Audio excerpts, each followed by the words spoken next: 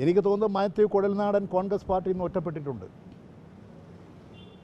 അദ്ദേഹം കോൺഗ്രസ് പാർട്ടിക്ക് ഒരു പ്രമാദിത്വം സ്ഥാപിച്ചെടുക്കാൻ ഞാനാണ് കേമൻ വി ഡി സതീശനേക്കാൾ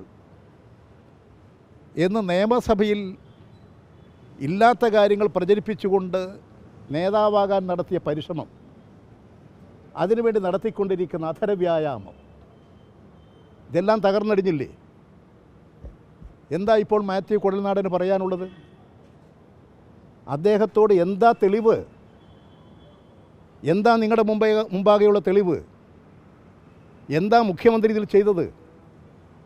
എന്തിനാ മുഖ്യമന്ത്രിയുടെ മകളെ പ്രതിയാക്കുന്നത്?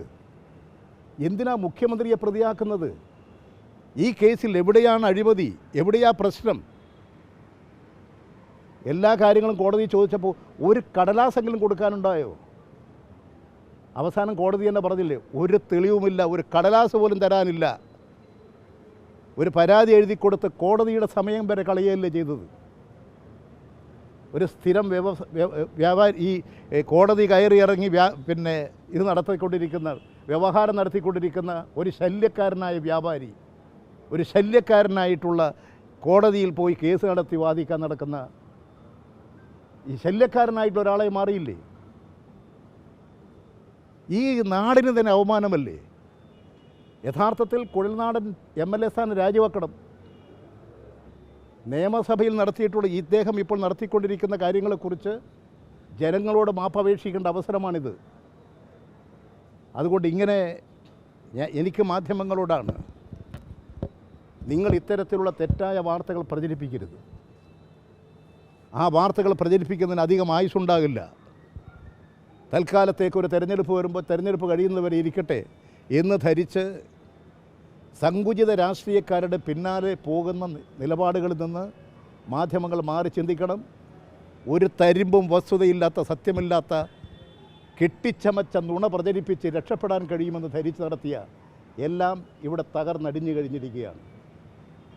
അതുകൊണ്ട് ഒരു പെൺകുട്ടിയുടെ ജീവിതം, സ്വന്തമായി ഒരു വിദ്യാഭ്യാസമുള്ളവർക്ക് അധ്വാനിച്ച് ജീവിക്കാൻ പറ്റില്ല. ഇവിടെ മുഖ്യമന്ത്രിയുടെ മകളായിപ്പോയി എന്നുള്ളത് കൊണ്ട്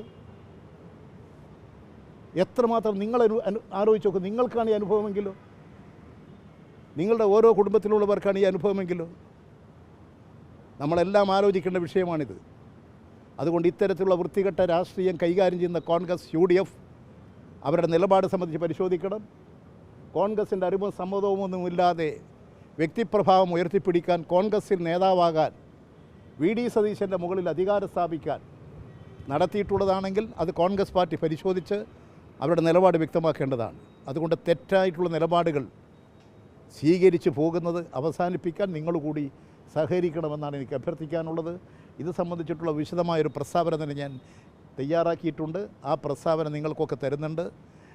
ഞാൻ ഇങ്ങനെ സ്റ്റേറ്റ്മെൻറ്റ് എഴുതി കൊടുക്കാമെന്നാണ് ഇപ്പോൾ ആലോചിച്ച് തീരുമാനിച്ചിട്ടുള്ളത്.